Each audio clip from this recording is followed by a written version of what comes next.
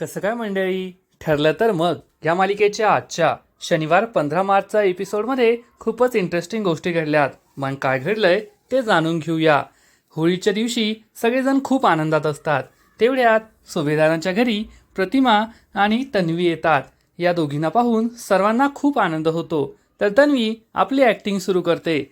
लगेचच ती पूर्ण आजीला जाऊन बिलगते. कल्पनाशी गोड गोड बोलू लागते. मी तुमच्यावर किती प्रेम करते, ही सगळी तिची नाटकं सुरू असतात.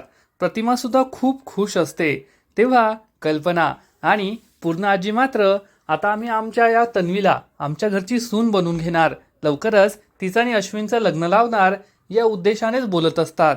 परंतु तन्वीला वाटतं की एवढ्या लवकर हे आपल्या आईला समजायला नको. परंतु त्यामुळे ती या दोघींना काही बोलूच देत नाही.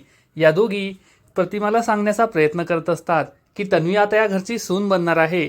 तीच पुढच्या वर्षी होळीचा नैवेद्य करेल, सगळ्या सणांची तयारी करेल. प्रतिमाला काही थांगपत्ता लागत नाही. तर तन्वी त्यांचं बोलणं मध्येच बंद करत असते. त्यांना नीट काही सांगूच देत नाही. तन्वी कल्पना आणि पूर्ण आजीला म्हणते, मी ठरवलंय की या वर्षीचा होळीचा नैवेद्य बनवायचा.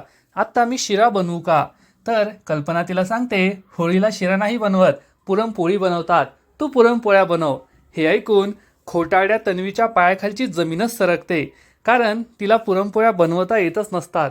कसाबसा शिरा ती बनवू शकते, परंतु तिचा नाईलाज झालेला असतो. तिने खणलेल्या खड्ड्यात ती स्वतःच पडलेली असते आणि म्हणते, ठीक आहे, मी पुरणपोळ्या बनवते. ती विमलबरोबर किचनमध्ये जाते, परंतु साधी एक गोल पोळीसुद्धा तिला लाटता येत नाही. पुरणपोळी तिला बनवताच येत नाही. तिची चांगलीच फजिती होते. तेवढ्यात तेथे कल्पना, पूर्ण आजी, अश्विन, प्रतिमा हे सगळे येतात आणि तन्वीने कशी पुरणपोळी बनवली आहे हे पाहून त्यांना मोठा धक्काच बसतो. तरीही तिच्या प्रेमात आंधळ्या झालेल्या कल्पना आणि पूर्ण आजीला मात्र पुरणपोळीत काहीच कसूर वाटत नाही आणि त्या म्हणतात, ठीक आहे ना, फक्त थोडा आकार चुकलाय. तन्वीसुद्धा म्हणते, मी पुरणपोळी नाही नीट बनवली, मी जाऊन रांगोळी काढते आणि ती होळीबरोबर रांगोळी काढायला जाते. त्यानंतर विमल या सगळ्या पुरणपोळ्या बनवते. थोड्या वेळानंतर तन्वी आणि सगळेजण हे हॉलमध्ये असताना तेवढ्यात अर्जुन आणि सायली घराबाहेरून परत येतात. परंतु त्यांचा हा मॉडर्न अवतार पाहून तन्वीला मोठा धक्काच बसतो. ती चिडून म्हणते, सायली, तू असे कपडे घालून बाहेर गेली होतीस का? लोकांना काय वाटेल? तर अर्जुन चिडून म्हणतो, तुला काय करायचंय? आम्ही आमचं पाहून घेऊ. कल्पना आणि पूर्ण आजीला आणखीनच राग येतो. तर प्रतिमा मात्र सायलीचं खूप कौतुक करते की सायली ही खूप शोभून दिसते. ती सगळ्याच कपड्यांमध्ये शोभून दिसते आणि कधी असे वेगळे कपडे घातले तर आणखीनच छान दिसतंय. अर्जुन म्हणतो, फक्त प्रतिमा आत्यालाच कळतं आमचं मन, दुसऱ्या कोणालाही नाही. आणि आम्ही नवीन लग्न झालेलं कपल आहोत. बाहेर डेटला वगैरे गेलो तर असेच कपडे घालणार ना. हे ऐकून तन्वीला खूप राग येतो. तन्वी विचार करते, अर्जुननी कितीही फोर्स केलं तरीसुद्धा असे कपडे घालणाऱ्यातली सायली नाही. मग सायलीने असा मॉडर्न अवतार का केला असेल? नक्कीच काहीतरी गडबड असेल. पूर्ण आजी तिला बाहेर जाऊन रांगोळी काढायला सांगतात. त्यानंतर तन्वी ही होळी बाहेर येऊन रांगोळी काढते. त्याच वेळेस अश्विन तेथे येतो. अश्विन तिची चांगलीच मस्करी करतो की तू किती चांगली रांगोळी काढली आहे, फक्त हवा जास्त आहे ना म्हणून रांगोळी इकडे तिकडे गेली आहे. तन्वीला त्याचा टोमणा समजतो. अश्विन तिला म्हणतो की मी आई आणि पूर्ण आजीला आपल्याबद्दल सांगितलंय, ते खूप खुश आहेत आपल्या लग्नासाठी. आज ते तुझ्या आईशी याबद्दल बोलणार आहेत. हे ऐकून तन्वीला मोठा धक्काच बसतो. तन्वी विचार करते, जर आईला हे समजलं तर आपलं काही खरं नाही. ती लगेच किल्लेदार आणि सायलीला याबद्दल सांगेल आणि ते दोघे कधीही हे लग्न होऊ देणार नाही. त्यामुळे ती पायावर लाकूड पडल्याचं नाटक करते आणि जोरात ओरडू लागते. सगळे तेथे येतात आणि विचारतात की काय झालं. तेव्हा तन्वी म्हणते, काही नाही, पायावर लाकूड पडलंय, तुम्ही काळजी करू नका. आणि ती कल्पना, पूर्णाजी यांना आतमध्ये जायला सांगते. तर अश्विनला म्हणते, तू स्प्रे घेऊन ये. अश्विनही आतमध्ये जातो. आता फक्त प्रतिमा आणि तन्वीच तेथे असतात. त्यामुळे लगेचच ती आपला पुढचा प्लॅन बनवते. ती प्रतिमाला म्हणते, आई, तू त्या पूजेच्या सामानात सगळं ठीक आहे की नाही पहा, मला आता बरं वाटतंय. प्रतिमा हे पूजेचं सामान चेक करू लागते. तेवढ्यात ती लगेच एक पेंढा घेते आणि तन्वी या पेंढ्याला आग लावते. तिला माहीत असतं की प्रतिमा ही आगीला घाबरत असते. त्यामुळे ती चक्क हा आग असलेला पेंढा प्रतिमाजवळ घेऊन येते आणि म्हणते, आई, पेटव ना होळी, तू लवकर होळी पेटव. ही आग पाहून प्रतिमा खूप घाबरते. तिला आपल्या ॲक्सिडेंटचा दिवस आठवू लागतो जेव्हा महिपतने तिच्यावर हल्ला केलेला असतो. जळका लाकडूने तिच्या चेहऱ्यावर वार केलेला असतो. त्यामुळे ती ओढू लागते, नको ना, नको नको. परंतु तिला घाबरवण्यासाठी, तिचं सगळं लक्ष विचलित करण्यासाठी तन्वी तिच्यासमोर हे आगीचं पेंडकं घेऊन जात असते. अर्जुन आणि सायली हे दोघेही तयार होऊन घराबाहेर येतात. तेव्हा तन्वी प्रतिमाबरोबर जे काही करते हे पाहून त्यांना मोठा धक्काच बसतो. दोघेही तन्वीवर जोरात ओरडतात आणि सायली ही प्रतिमाला बाजूला करते. पूर्णा आजी, अश्विन, कल्पना हे सगळे बाहेर येतात. तेव्हा विचारतात की काय झालं. तर तन्वी पुन्हा एकदा खोटेपणाचा आव आणते आणि म्हणते, काही नाही, मी तर आईला म्हणत होते तू इतक्या वर्षांनी होळीसाठी येथे आली आहे तर होळी पेटव, परंतु आईच घाबरत होती. सायली चिडून म्हणते, खोटं नको बोलूस, आम्ही पाहिलंय तू त्यांना घाबरवण्याचा प्रयत्न करत होती. परंतु सायलीवर कोणाचाही विश्वास बसत नाही.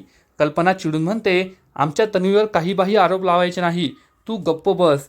त्यानंतर सायली ही प्रतिमाला आतमध्ये घेऊन जाते. तर पूर्णा आजी आणि कल्पना हे पुन्हा एकदा तन्वीच्या खोट्या खोट्या गोड बोलण्यामध्ये येतात आणि तिला सपोर्ट करतात. प्रतिमाला सगळ्या जुन्या गोष्टी आठवतात की महिपतने कसा आपल्यावर वार केला होता, परंतु तिला ते शब्दात सांगता येत नाही. सायली ही तिला कशीबशी शांत करते, तिला पाणी देते. तेवढ्यात विमल तेथे येते आणि सांगते की मी पुरणपोळीचा नैवेद्य घेण्यासाठी आली आहे. प्रतिमा सायलीला विचारते, तू नाही का नैवेद्य बनवला पुरणपोळीचा. विमल प्रतिमाला म्हणते, असं कसं होईल, आमच्या सायलीताई या सगळ्या रीती पाळतात, परंतु आता घरात कोणाची इच्छा नाही आहे की त्यांच्या हातचा नैवेद्य हा होळीला अर्पण केला पाहिजे, त्यामुळे आता ते शक्य नाही आहे. प्रतिमा म्हणते, का नाही शक्य, मी आहे ना, मग सगळं होईल.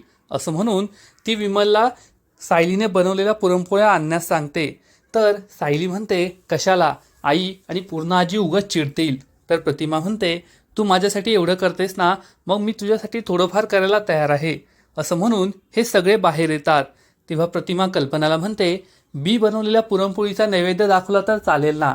कल्पनाला आनंद होतो आणि ती म्हणते, का नाही, नक्कीच चालेल. तर तन्वीला संशय येतो आणि ती विचारते, तू कधी पुरणपोळी बनवलीस. प्रतिमा सांगते, मी घरून आणली होती पुरणपोळी, माझ्या पर्समध्ये एक डबा होता. अर्जुनला काय सगळं प्रकरण आहे हे समजतं. त्यानंतर पूजा सुरू होते. कल्पना पूजा करते, परंतु सायली पूजा करू लागताच कल्पना तिच्यावर ओरडून म्हणते, तुला सांगितलंय ना पूजा नाही करायची, आम्ही तुला सून मानत नाही, त्यामुळे पुढं करायचं नाही. सायलीला खूप वाईट वाटतं. अर्जुन हा सायलीला मागे बोलवतो आणि शांत राहण्यास सांगतो. परंतु कल्पना ही अर्जुनला नाही तर अश्विनला होळी पेटवण्यास सांगते. त्यामुळे अर्जुनला आणखीनच वाईट वाटतं. अश्विन हा होळी पेटवतो. त्यानंतर सगळेजण पुन्हा एकदा होळीची पूजा करतात. कल्पना घाबरत असते. सायली तिच्याबरोबर होळीची पूजा करते, त्यामुळे तिलाही आनंद होतो. दुसरीकडे ऐश्वर्या ही सयाजीरावला फोन करते आणि विचारते, मी तुम्हाला एक फोटो पाठवला होता, त्या माणसाची सगळी कुंडली मला जाणून घ्यायची होती, तुम्ही त्याबद्दल मला काहीच सांगितलं नाही. सयाजीराव म्हणतो, सॉरी पोरी, मी तो विसरूनच गेलो होतो. आणि तो ऐश्वर्याने पाठवलेला फोटो पाहतो तेव्हा त्याच्या पायाखालची जमीनच सरकते. हा तोच मधुकर पाटील आहे ज्याला महिपत शोधतोय हे त्याच्या लक्षात येतं. आणि तो ऐश्वर्याला म्हणतो, फोन ठेव, तुला 2 तासात मोठी बातमी मिळेल. आणि तो लगेच महिपतला कॉल करतो. महिपत म्हणतो, सया, मी काही आज पार्टीला येणार नाही, रोज मला ते काही जमणार नाही. तर सयाजी त्याला म्हणतो, अरे यार, पार्टी कसली, उलट ही बातमी ऐकल्यावर तूच मला पार्टी देशील. महिपत विचारतो, काय झालं. तर सयाजीराव त्याला सांगतो, ज्या माणसाचा फोटो, त्या मधुकर पाटलाचा फोटो मी त्या अड्ड्यावर पाहिला होता ना, तो माणूस कुठे आहे मला कळलंय. हे ऐकून महिपतला आश्चर्याचा धक्काच बसतो. तो विचारतो, कुठे आहे तो माणूस. सयाजीराव सांगतो, त्या रणदिव्यांच्या घरी आउट हाऊसमध्ये त्याला दडवून ठेवलाय, जाऊन त्याला उचलायचं. तेव्हा महिपतला खूप आनंद होतो आणि तो म्हणतो, आता त्या मधुकर पाटलाचं काही खरं नाही आणि मी तुला डोक्यावर घेऊन नाचणार, चांगलाच नाचणार. आणि महिपत हा लगेचच पुढच्या कामाला लागतो. पुढील एपिसोडमध्ये आपण पाहू की महिपतची माणसं मधुभाऊला उचलणार, परंतु त्याच वेळेस तेथे जानकी, अर्जुन, सायली, ऋषिकेश हे सगळे पोहोचतील आणि मधुभाऊला वाचवतील. परंतु त्याच वेळेस एक गुंड चक्क जानकीवर प्राणघातक हल्ला करणार, गोळी चालवणार. मग आता जानकी वाचेल का, मधुभाऊंचं काय होईल, हे सगळं तर पुढील एपिसोडमध्ये कळेलच. परंतु तोपर्यंत ठरलं तर मग या मालिकेचे असेच नवीन नवीन अपडेट्स सर्वात आधी जाणून घेण्यासाठी व्हिडिओला लाईक करा, शेअर करा आणि चॅनलला सबस्क्राईब करायला विसरू नका. खूप खूप धन्यवाद. कसं काय म्हणजे